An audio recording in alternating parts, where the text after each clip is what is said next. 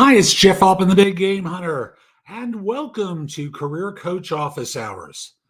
On Tuesdays at noon Eastern, I spend a little bit of time talking with people about the job market, about job search, answering questions from people about job search. And, I'll simply say the skills needed to find a job are different from those needed to do a job. I can't do what you do professionally, but by the same token, my experience makes me uniquely qualified to help you land that next role. I'll simply say it's rough out there. And I just want to go into this segment about the job market now, knowing that many of you who are watching or will watch this are having trouble. And understandably, when I look at the job report, as I do every month, what I'm seeing very simply is jobs are being created. The media will report on all the jobs being created in the country. But when you actually read the report and see what jobs are being created and what industries are benefiting from job creation, it's not your typical LinkedIn user. Now, there are exceptions. So, for example, if you work in social services, that's a field that's been doing pretty well recently. And it's one where job creation is going on. However, if you work where the jobs really are social services, healthcare is the big one. Great. Not many people in healthcare on LinkedIn. Social services, retail, construction, not exactly what a lot of you do here. So even government jobs are down pretty dramatically and barely were mentioned in the report. And many of the jobs being created are part-time jobs. Part-time jobs, not what you're really looking for. So I'll simply say it's tough out there now, and it's probably going to get rougher as the year goes on. Why do I say that? Because we're in an election year, and business will become concerned as the year gets closer to the presidential election in the United States as to whether policies that are in effect now will continue or will change. I think many businesses would like a change, but I can't be absolutely sure. And for many of you, you can't wait that long. So I want to help. And that's one of the reasons why I do Career Coach Office Hours, is to answer questions from people, because I don't believe it needs to be as hard, difficult, or painful or take as long as it does. Now, I want to encourage you, if we're not already connected on LinkedIn, to send a connection request to me at linkedin.com/IN/thebiggamehunter and mention that you saw this and you'd like to connect with me. No problem. Now, I've got a podcast at No BS Job Search Advice Radio, which is the OG of job search podcasts. It has more than 2,900 episodes currently. And next month, we'll hit episode 3,000. No show is even close to that in terms of numbers of episodes. And where I'm really spending a lot of time now is at jobsearch.community. See, jobsearch.community. Now, I've created a lot of content over many years to help people, and it's too much. So what I've done is create video courses, books, and guides that are available to you at jobsearch.community. And as you become an insider, you get access to all of them. And I've got 6 levels of service there. You pick the one that makes the most sense for you, from the insider tier all the way up to insider premium service, where I charge people per month. And we do 4 hours of coaching per month on top of all the content I create and have there. And there's a bunch of stuff in the middle. So visit jobsearch.community. And I've got free stuff there. One piece I'll recommend to you right away is about crafting an elevator pitch. I frankly used to hate elevator pitches. Hey, Brian, good to see you. Nice to see you, and bear with me one second. So I used to hate elevator pitches because I felt like I needed to take a shower afterwards. But the long and the short of it is, this is a framework for how to create an elevator pitch that you're going to feel comfortable saying. You should practice saying it, but it's going to be pretty easy for you because it's all going to be true. It's not going to be slimy. So I'll simply say, come over to jobsearch.community, become an insider there. You get access to all my video courses, books, and guides designed to help you there. Now, I'll remind you, put your questions into chat so I can answer them live. And if you just want to watch, that's okay. And hey, Brian, I put your message up there again. And if you have any questions, if anyone has any questions, feel free to add them into chat, okay? Now, the first question I received in advance from someone is, why should job seekers hire a resume writer? Because you don't know how to write a resume, and your resume is going to be the first thing that people see about you if you're applying for a job. Now, I discourage people from applying, really, because I find most of the time that people, I just want to make sure of something here because I'm not sure what kind of, okay. So I'm seeing I have an unstable connection. Hopefully my audio is good enough that you can hear me. But if it isn't, I apologize in advance. And let me continue on. Why should job seekers hire a resume writer? When you're applying for jobs, when you're submitting a resume, it's the first thing firms see about you is your resume. And unless you have a good base resume to work from, you're not really representing yourself effectively. So I'm not a resume writer. I don't pretend to be one. I critique resumes. And I've done that for many years because as a recruiter, I read resumes all the time and I developed opinions about what worked and what didn't work. So I'll critique a resume, and I do charge for that. But the long and the short of it is, you hire a resume writer to create a good representation of you and your experience so that firms that would be interested in talking to you don't have a reason to say no to you. That's really it. You get asked out on a date with a good resume that fits what a firm is looking for. You don't get asked out on a date if your resume doesn't really represent you effectively.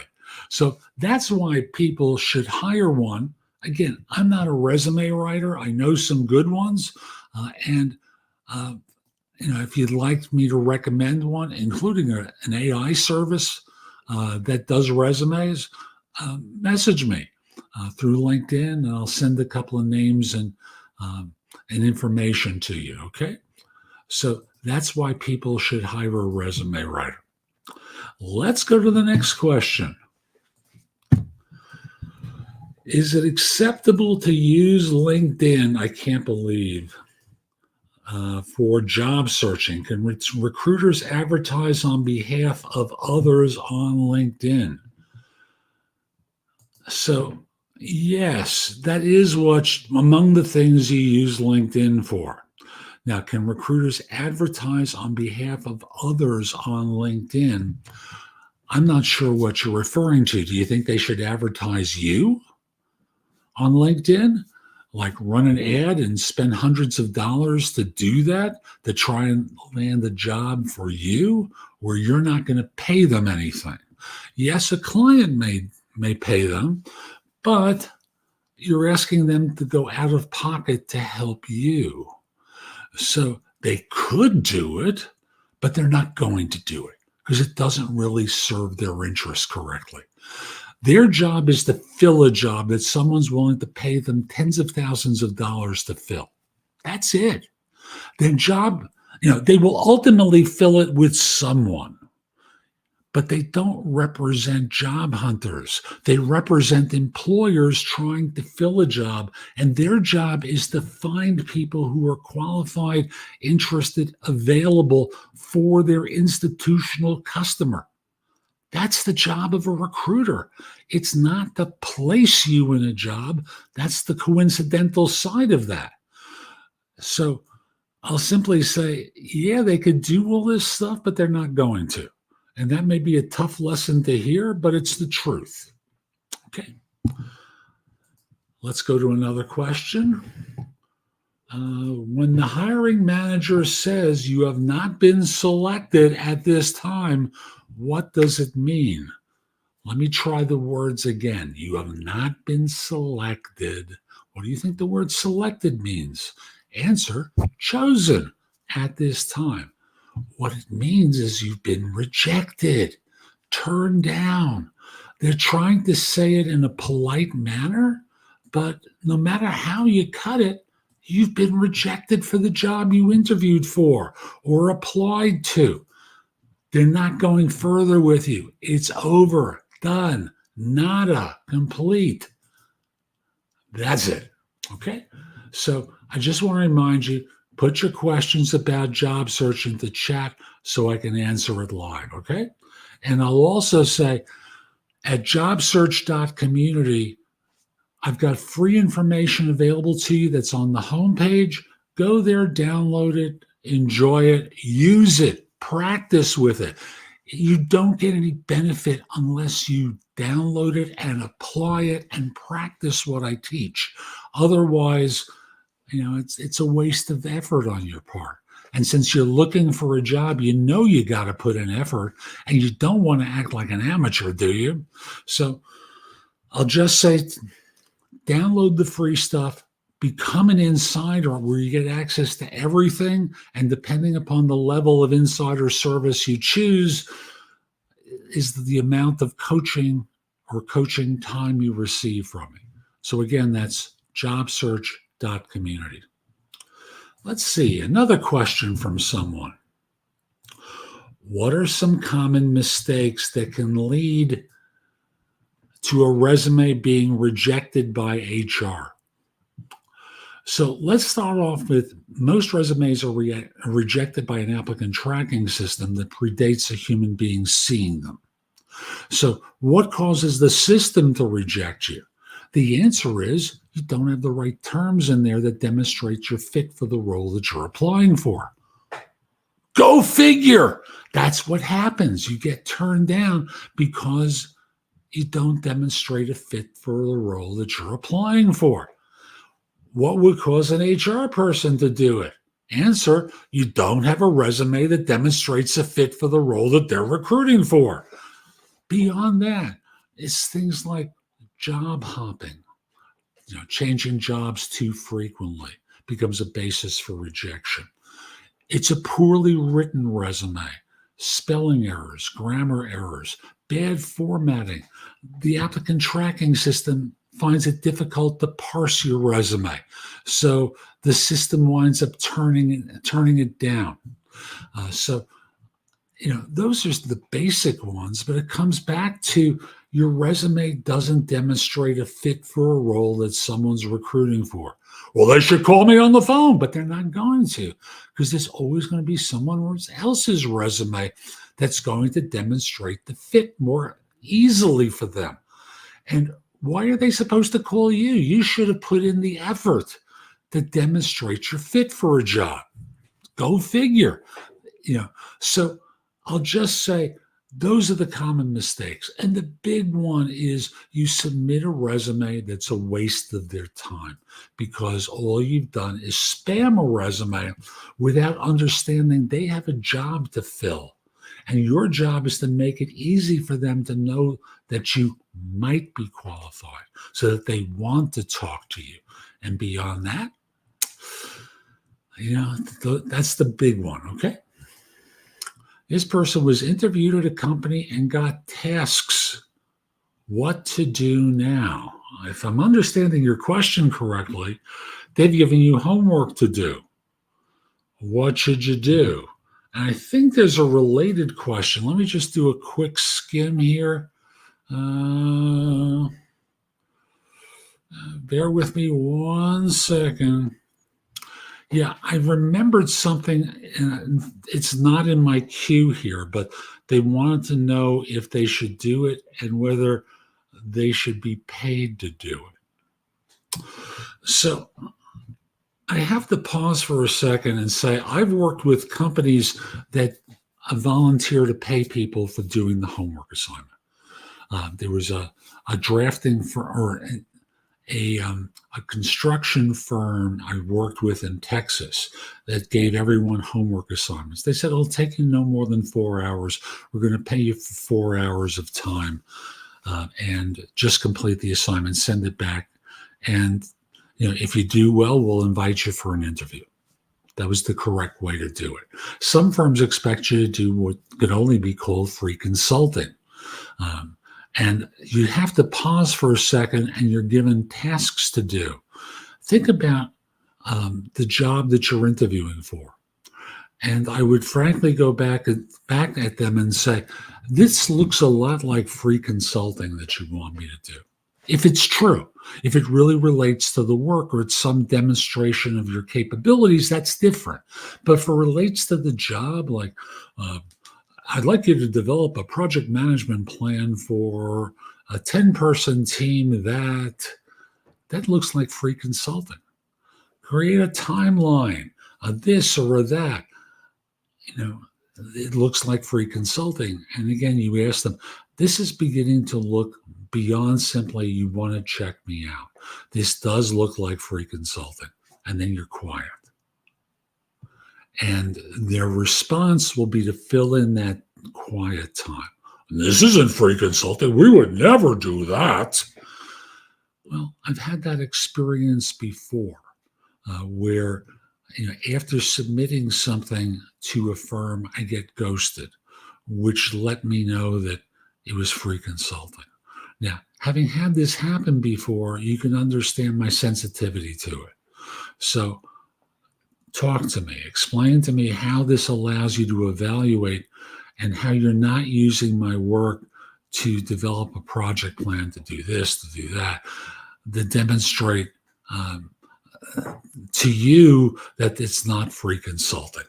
So if it's free consulting, you simply say, I have an hourly rate for doing this. This looks like about 3 hours of work in advance. And can we agree on my being reimbursed for the 3 hours of work at that rate? If they say no, and no thank you, great. And you've saved yourself time. Do not try to beg your way back into consideration. You smelled a rat there, and it probably was a rat. Because if it bothers you to do this assignment, there's a reason for that. And the reason looks like they're trying to get you to do work for free for them. Don't do that. Don't be a jerk and give away your knowledge and capabilities for nothing. Okay? Oh, yes, I remember this one.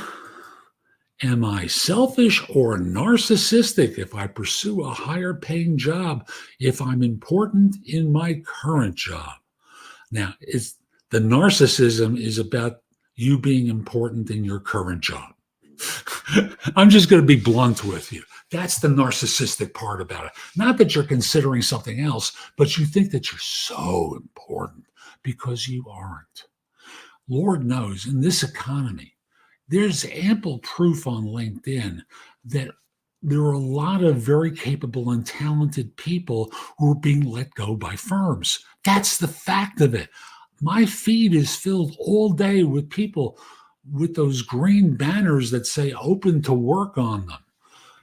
And the reason is these were talented people who've been let go by their employer because they thought they were indispensable and their firm thought of them as an expense.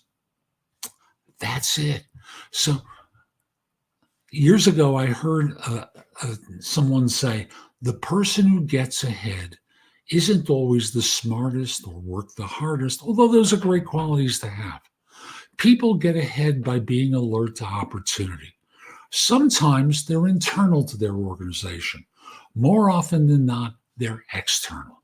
So the idea of pursuing a higher paying job the probability is you're not on the list of wealthiest Americans, are you?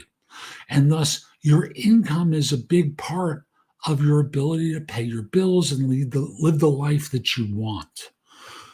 After all, you could volunteer at your employer and work for nothing, right? But you want to be paid for your work and for your time. So, no, it's neither selfish or narcissistic to pursue a higher paying job where you're doing good work, interesting work. What it is smart.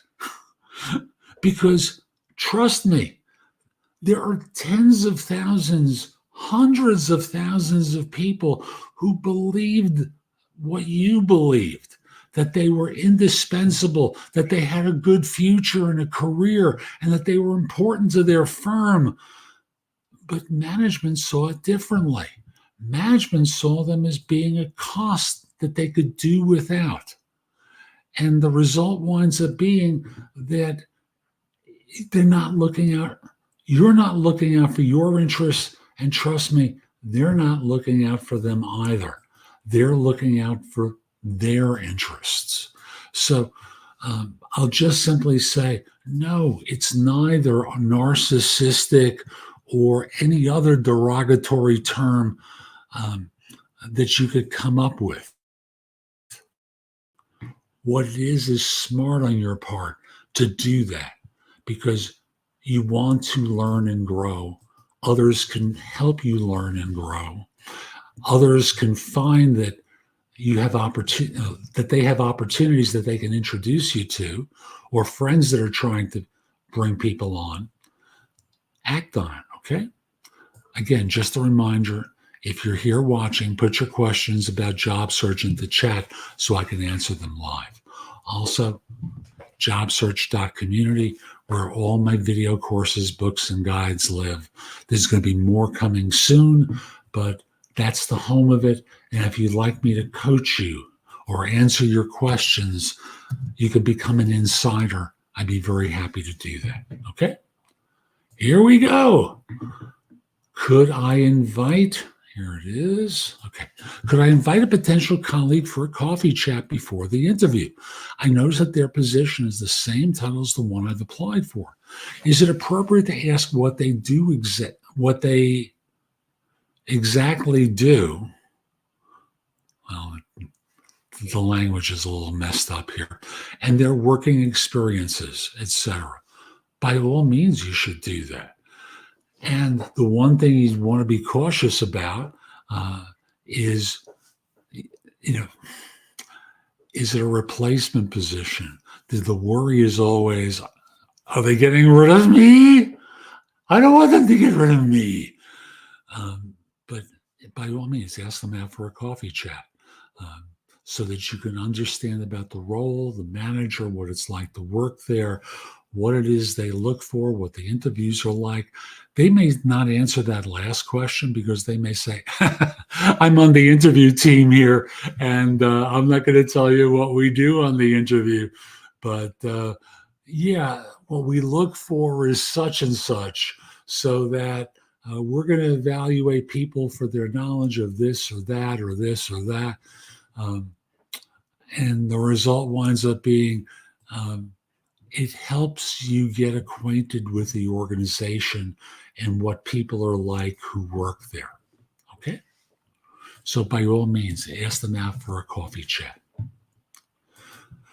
How can a job applicant hide their current employer on LinkedIn? Now, I'm not sure why you want to hide them because, frankly, hiding them, to me, it's always a mistake because it's part of your branding. Your organization often is going to demonstrate to others your capabilities. So, for example, if I said Facebook or Google or Three Guys in a Garage, you've got an opinion about what it's like working there. So do employers. So the brand that your employer has goes a long way toward demonstrating how good you are. Now, if you really do want to hide your current employer on LinkedIn, you can go to your LinkedIn profile and click on the Me icon on the top of your LinkedIn homepage. Then select View, click the pencil icon to edit your profile, and go to the Experience section. Here you can edit your current job and choose to not display the company name. Again, keep in mind that while you can hide the company name, it's important to accurately represent your work experience and employment history on your resume and during interviews. So no lying here. No lying here at all. Okay? So that's how you would go about doing it. Bear with me 1 second. I want to copy this so I can put it into chat. And here we go. What does it mean if a recruiter says an applicant is on the do not hire list? Well, I'm laughing because that's always one of those threats the recruiters make. We're going to blackball you. You'll never get another job again as long as you live. We've got a list of people we'd never represent, and your name is going to have a bold face around it. That's how much I detest you and the work that you've done and what you did to me. You're a loser. And corporations will sometimes have notations in the notes area to indicate that someone misrepresented their qualifications or lied on an application that causes them not to be considered going forward. That's really what it means. A do not hire list, if it exists, and most people talk a big game about that, but it doesn't really exist, basically says, we will not hire this person because we think they are fill in the blank, or they did this to us, like they accepted an offer and then when they were supposed to start, they didn't show up for work on the first day. So we hate them. You'll never get another job here. That's really what it means. True or not, I have no way of judging. My experience was it wasn't true. It was more an angry threat than anything. This is going to be the last question I do for today. Is getting a job really a numbers game after you meet the qualifications and have been interviewed? No, it's not a numbers game. And I want to be clear. They're talking about qualifications, meeting qualifications and being interviewed. What it is a confirmation game that they confirm that you have the specific background that they're looking for, and a connection and trust game where they want to connect with you as a person so that they can trust you. No trust, they're not going to hire you. It's really that simple. So not per se a numbers game at that point, because they're talking to a bunch of people, all of whom have resumes that kind of show that they fit, just like yours. So why do they choose you? As I've said many times, competence is only one thing that they're looking for. They look for self-confidence, character, chemistry, maybe a little bit of charisma. Charismatic people always do better than non-charismatics. That they can connect with you, that you seem to care about your work because they want to trust you. And you won't be hired unless they trust you. Okay? So that's it for today. I'll be back next Tuesday at noon Eastern. I hope you found this helpful. I'm Jeff Altman. Visit my website at jobsearch.community. Become an insider there. Let me help you. It's rough out there, and you're trying to figure it out as an amateur. I'm not talking about the work that you do, but about job search.